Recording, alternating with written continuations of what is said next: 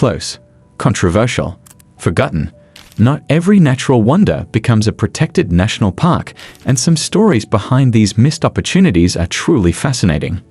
Why did this stunning location miss its chance to join the ranks of national parks? In today's video, we'll uncover the tale of a breathtaking site that was almost a national park. But before we begin, don't forget to like this video and subscribe to our channel to watch more videos like this. Craters of the Moon. A lunar landscape left behind. What if you could explore a landscape that feels like another planet? Craters of the Moon in Idaho is a surreal expanse of lava fields, cinder cones, and volcanic craters. While it's a national monument and preserved today, it was once proposed as a national park. The region's remote location and harsh environment made it difficult to draw enough attention for elevation to park status. While it remains protected, its potential as a full-fledged national park remains untapped. Would national park status attract more visitors to this otherworldly terrain, or does its obscurity add to its mystique? The Green River Formation, fossils in limbo. Could an ancient treasure trove have been a national park? The Green River Formation, spanning parts of Wyoming, Utah, and Colorado, is one of the world's richest fossil beds. It holds an unparalleled record of prehistoric life, with fossilized fish, plants, and insects preserved in stunning detail. Despite its scientific importance, the formation was never designated as a national park. Instead, parts of it are managed as smaller protected areas. Local resistance and land use debates stalled efforts to give it greater prominence. Imagine a national park celebrating prehistoric wonders, a place where science and natural beauty collide. Could the Green River Formation one day gain the recognition it deserves? Mackinac Island, the vanished second national park. What happens when a national park disappears? Mackinac Island, nestled in Michigan's scenic Straits of Mackinac, holds an eerie title. It was once the second national park in the United States. Established in 1875, it seemed destined for greatness. The island's stunning limestone bluffs, ancient forests, and Victorian charm were a traveler's dream. But here's the twist. By 1895, Mackinac lost its park status. How could such a beloved destination vanish from the National Park Registry? The answer lies in shifting politics and priorities. When the military, which had been managing the park, left Fort Mackinac, Congress decided it was easier to hand the land back to the state of Michigan. Today, Mackinac Island is a thriving state park and a top tourist destination. Visitors flock to its horse-drawn carriages and foot shops, but few know it once held national park prestige. What if it still carried that title? Would it be even more renowned, or has its state park status preserved its unique charm? Great Falls of the Passaic, a dream deferred. Could New Jersey have had a national park in its industrial heartland? The Great Falls of the Passaic River roar with power, a 77-foot cascade cutting through Paterson, New Jersey. This urban wonder inspired Alexander Hamilton's vision for America's first planned industrial city. By the early 21st century, it seemed poised to become a national park. Local activists and lawmakers pushed hard for this designation, hoping it would bring renewed investment and national attention to Paterson. But federal reluctance, budget constraints, and shifting priorities derailed the dream. Instead, the falls remain part of a national historic park, preserving some, but not all, of their potential. Imagine what could have been. A vibrant national park blending urban history with natural beauty. The Great Falls tell a story of ambition, perseverance, and what happens when plans fall just short. Ocmulgee Mounds, the park that could unite history and nature. What if you could step back 17,000 years into human history? The Ocmulgee Mounds in Georgia are a treasure trove of indigenous culture, with earthworks dating back thousands of years.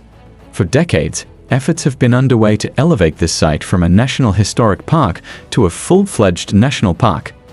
But why the delay? Politics and funding have been the usual culprits.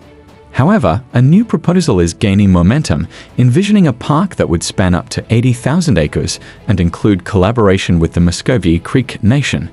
It would be Georgia's first national park, and one of the few in the country to center Indigenous history. If successful, Ocmulgee could become a symbol of reconciliation and respect for America's ancient past. Until then, it remains an almost park with enormous potential. Ganau Park, Canada's national park that never was. Did you know Canada almost had a national park just outside its capital? Ganau Park, located near Ottawa, was proposed as a national park in 1913. It had everything: sprawling forests, pristine lakes, and proximity to the nation's heart. Yet it never happened. Why? Politics and priorities shifted, and Ganau became a federally managed park without national park status. Today, it's a beloved escape for locals, but it doesn't receive the same level of funding or recognition as Canada's national parks. What if Ganau had become a national park? Could it have set a precedent for protecting urban-adjacent wilderness across the country? Its story is a reminder that even beautiful landscapes aren't guaranteed protection. Ania Caldera, the park that balances wilderness and tradition. What happens when conservation meets cultural heritage? In Alaska's remote wilderness lies the Ania Caldera, a volcanic marvel rarely visited due to its isolation. While it was studied as a potential national park in the 1960s, local opposition and native land claims complicated the process. Instead, Ania became a national monument in 1978, surrounded by a preserve that allows subsistence hunting and fishing. This compromise respects both the land's ecological significance and the traditions of those who rely on it. Aniak's story highlights the delicate balance between protecting nature and respecting cultural rights. Could this model inspire future parks, or does it show the limitations of compromise? White River Badlands, a long road to park status. How long would you wait for national park recognition?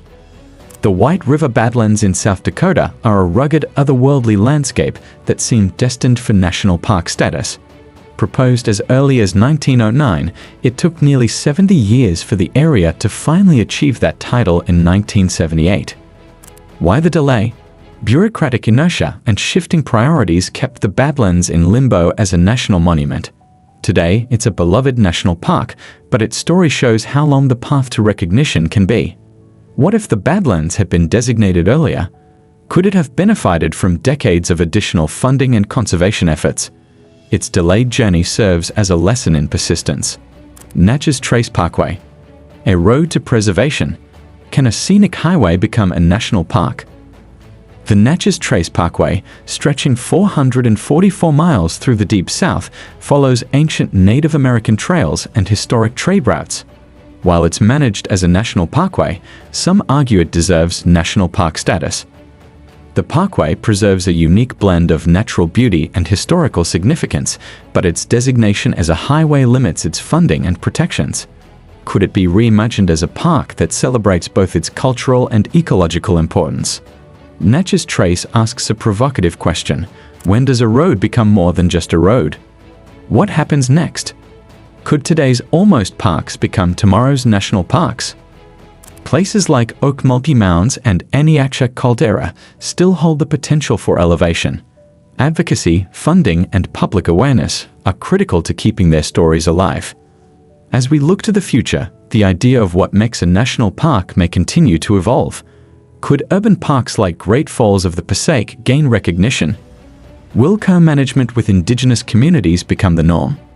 The stories of almost parks remind us that protecting land is an ongoing process. It's up to all of us to advocate for the places we cherish. So, what do you think? Should this location have been made a national park? Whether it's preservation challenges, political roadblocks, or public opinion, the story leaves us wondering what could have been. Share your thoughts in the comments below, and let us know if you think this place still deserves its moment in the spotlight. Don't forget to like, share, and subscribe for more captivating stories about the wonders of our world. Thanks for watching, stay curious, stay inspired, and we'll see you next time.